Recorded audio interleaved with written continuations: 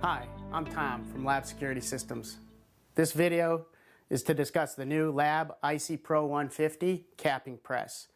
This will show the use of the press. We also have another video out there for the actual how to set it up out of the box, and you can refer to that if you've just purchased a unit from your distributor.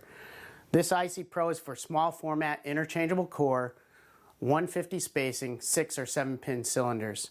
For those of you not familiar with capping presses, this capping press actually cuts the cap and then places the cap in the correct location and depth on your SFIC. So to start, I'm going to get in quickly to a few of the benefits. One of the benefits that this unit has is it's an all steel construction, stainless steel and steel, small format, weighs about 32.5 pounds. There is no calibration or collar requiring to set your depth. It's been factory set. So when this top plate bottoms with the bottom of the fixture, and for demonstration purposes, I'll just show this without a cap, you're going to see the top plate to the bottom plate, and you can no longer travel any further than you've reached the correct depth and your caps are set correctly. One of the other nice factory set features is the fact that these pin punches are located dead center of the chamber holes. These pin punches located to the center holes are located exactly each time because of the guideposts and bushings that are set. There is no fine adjustment in or out requiring you to find your location of your small format interchangeable cores.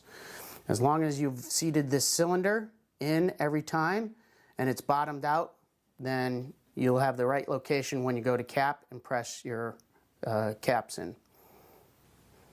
Now let's get into the actual use of the capping press. I've got a 6-pin SFIC 150 spacing.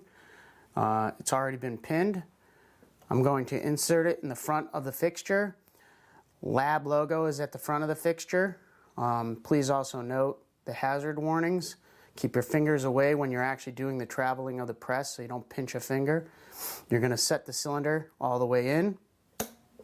When you hear that click, you know it's been seated correctly and your location and your depth of the caps will be correct. And I'm going to take a few springs. I'm going to drop them in to the chambers.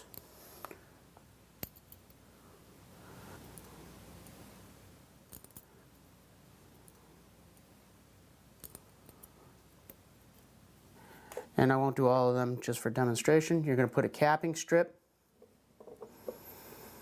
And if you notice here, that capping strip pilot hole will mate with that post. That hole goes over and on the post, so it's seated correctly, and you can use a strip 4 times. So once you've loaded either 6 springs or 7, depending on your core, and your strip is located, I'll swing this back around. You don't actually have to swing it in order to load the strip, as I mentioned before. You can actually continue on with the actual pressing and seating of your caps. Please note that this top plate is bottomed against this plate, and you'll have the correct seating of your caps in your core. Once you've capped the unit, you can push the core out from behind. It unseats, and you can see that your cylinder has been capped correctly, and it's at the correct depth. I'm going to swing this around so you can see the capping strip and how it was punched. You'll see that it punched and then seated those caps. You can flip this strip around to get your second cap.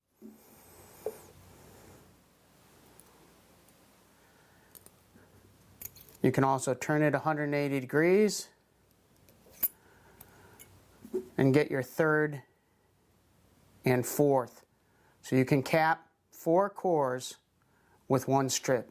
Again, that's 4 cores with 1 strip, 6 or 7 pin. These capping strips can be purchased through your distributor. You can go to our website, labpins.com, where to buy to find a distributor.